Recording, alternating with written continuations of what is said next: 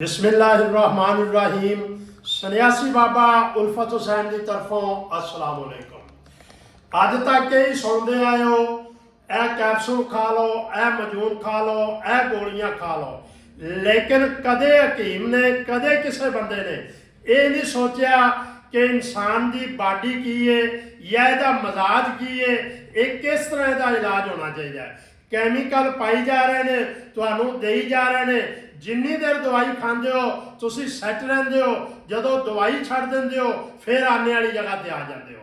अज तुहानू यही समझाना है कि इंसान के पूरे ढांचे के वजूद नूं वेख के एक असी कोरस तैयार किया है। अलहमदुलिल्लाह अगे साडा बड़ा चल रहा है और दुनिया नूं बड़ा फायदा हो रहा है। लेकिन कई बंदे जरासीमा की दवाई खाते हैं, कहते हैं जरासीम कमज़ोर ने, जीरो ने, पैदा नहीं होंगे या घट ने। उन्होंने विचे हकीम गर्म दवाई दे जा रहे हैं, विचे ठंडी दे जा रहे हैं। उन्होंने पता ही नहीं कि किस तरह इलाज करना है। अज ये मुताबक यह नुस्खा है, यह तुहाडे सामने चीज़ां पईयां ने, ये जिन्नियां भी चीज़ां ने सारियां देसी चीज़ां ने। ये जरासीम पैदा करने वास्ते अलहमदुलिल्लाह ये दावे नाल कहना कि जेड़ा बंदा कहता रुपये ला ला के थक गया, जिंदगी की भुल समझ के एक दफा ए मेरा कोरस जेड़ा जरासीमा का इस्तेमाल कर लो, अलहमदुलिल्लाह जरासीम पूरे होंगे और अल्लाह ताला बच्ची बच्चा भी देगा। लेकिन ये ठंडी दवाई होंगी है जी है ना जरासीमा वास्ते, ये ठंडी होनी चाहिए। फिर नाल मेदे वास्ते दवाई होनी चाहिए। अगर तुहाडा मेदा नहीं ना ठीक तो तुसी ठीक नहीं हो सकते। कुछ तो सोना भी खा लो, इंशाअल्लाह अल्लाह के हुक्म नाल सोना खादी जाओ, चांदी खाई जाओ, कस्तूरी खा लो, तुहाडे ते असर नहीं करेगी। लेकिन ये देसी चीज़ां नाल तैयार किया है, इसका कोई साइड इफेक्ट नहीं। ये साडा नुस्खा इस्तेमाल करो, यह मुकम्मल कोरस इस्तेमाल कर लो, अल्लाह के हुक्म नाल जरासीम तुहाडे पूरे हो जाएंगे। अगे औलाद देना या ना देना ये मेरे अल्लाह के अख्तियार है। इंशाअल्लाह जिन्नियां भी चीज़ां ने ईमानदारी नाल बनाइया ने और एक बारी खा लोगे दोबारा तुहानू लोड़ नहीं पैगी।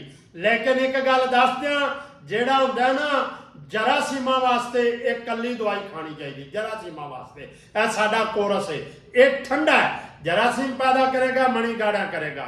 तो जिस बंदे शादी तो भजते हैं बंदे, शादी कोरस चाहिए होवे, वो हुंदा गरम मजाज, वो जिसम नूं ताकत देगा, वो साडा कोरस है पिया। यह तिला लाण वास्ते, यह खाण वास्ते, शादी वाले बंदों वास्ते जेडे कहते हैं शादी नज़दीक है, शादी तो बड़े घबराने आ।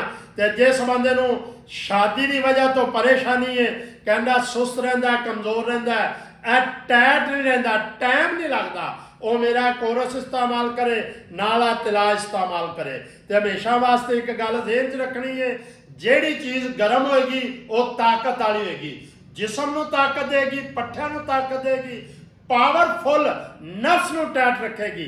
लेकिन जरासीमा वास्ते है कोरस है साडा, और शादी कोरस है लाण वास्ते, खाण वास्ते अंदरों बाहरों बंदा टाइट हो जाता है। बाकी एक गल ज़हन च रखनी है, कई बंदे कर रहे हैं वीडियो मेरी ला रहे हैं, नंबर अपना चला रहे हैं, मेरे सिर्फ है 3 नंबर ने, इन्हां तो इलावा कोई नंबर नहीं। कोई होर नंबर आवे उहदे ते धोखा नहीं खाना, ना तुसी कॉल करनी है, वरना तुहाडे नाल फ्रॉड हो रहा है। मेरे सिर्फ 3 नंबर ने, चौथा नंबर कोई नहीं। वीडियो नो शेयर करा करो ताकि और किसी का भला हो जाए। अगली वीडियो तक इजाजत दो, अल्लाह हाफिज।